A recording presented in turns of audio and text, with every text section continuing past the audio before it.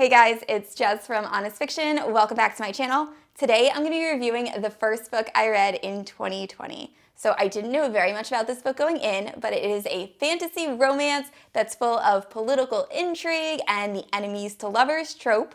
So stick around to hear my review of The Bridge Kingdom by Danielle L. Jensen.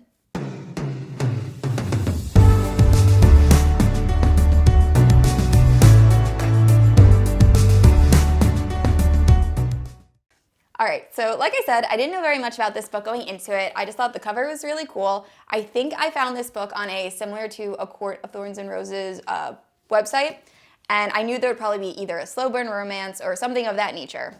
So going into it, the plot, Laura is the main character, and her sisters have been raised in isolation by their father to be these trained assassins, because one day they are going to have to marry the ruler of a neighboring kingdom known as Ithacana.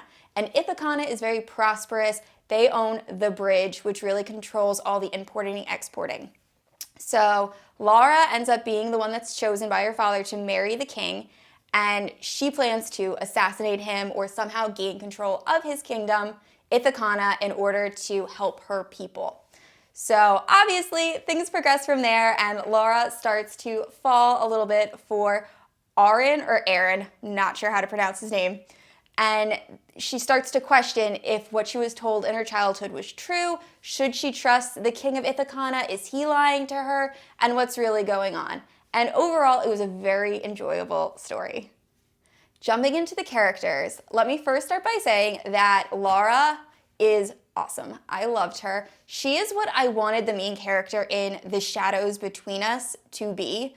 If you guys are familiar with The Shadows Between Us, it was kind of pitched as a Slytherin romance where the character was supposed to be like super bad, and she really didn't come off as that evil. I feel like Laura, in her actions in the beginning of the book, you can see her as an evil character. Like, she has killed innocent people before, and she's done it doing what she feels is right and to protect herself, but still, like, she's flawed, and I really enjoyed reading a character like that. I loved being inside her head.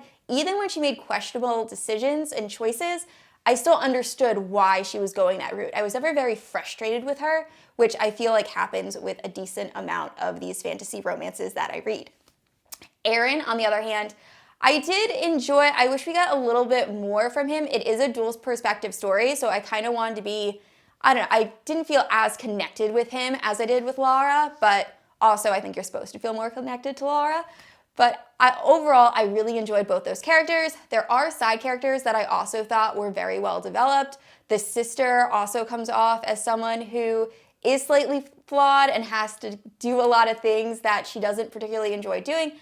Overall, I really enjoyed the characters. I thought they were awesome and top-notch.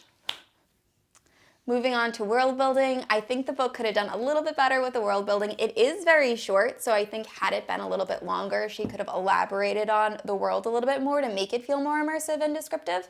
But overall, I did get a good sense of the difference between Ithacana and the desert where Laura was raised, and the author did a really good job of describing the different islands that Laura goes to and just all of the different taverns and places she visits.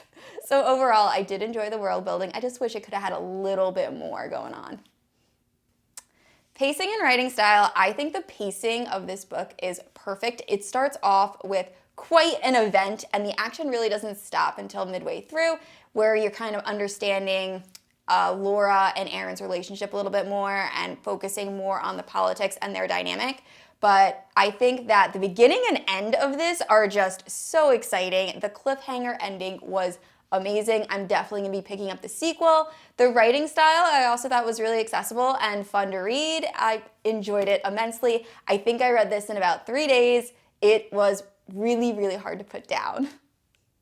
So overall, I really enjoyed this book. I was surprised by the amount of politics in it. I loved the characters, and the slow burn romance was perfect. There is a little bit of steaminess towards the end of the book, so if you're not a fan of that, just be warned. But overall, really enjoyed it. Wish it was a little bit longer. I would probably give it an 8 out of 10 just because I wanted a little bit more of an immersive world. Alright guys, that's it for my mini review of The Bridge Kingdom by Danielle L. Jensen. Thank you for checking out my video. If you've read this book and enjoyed it or didn't love it that much, please leave a comment and let me know your thoughts. If you don't know yet, I post new videos every Tuesday, and if you haven't yet, please like and subscribe to my channel. I will see you guys next week. Bye.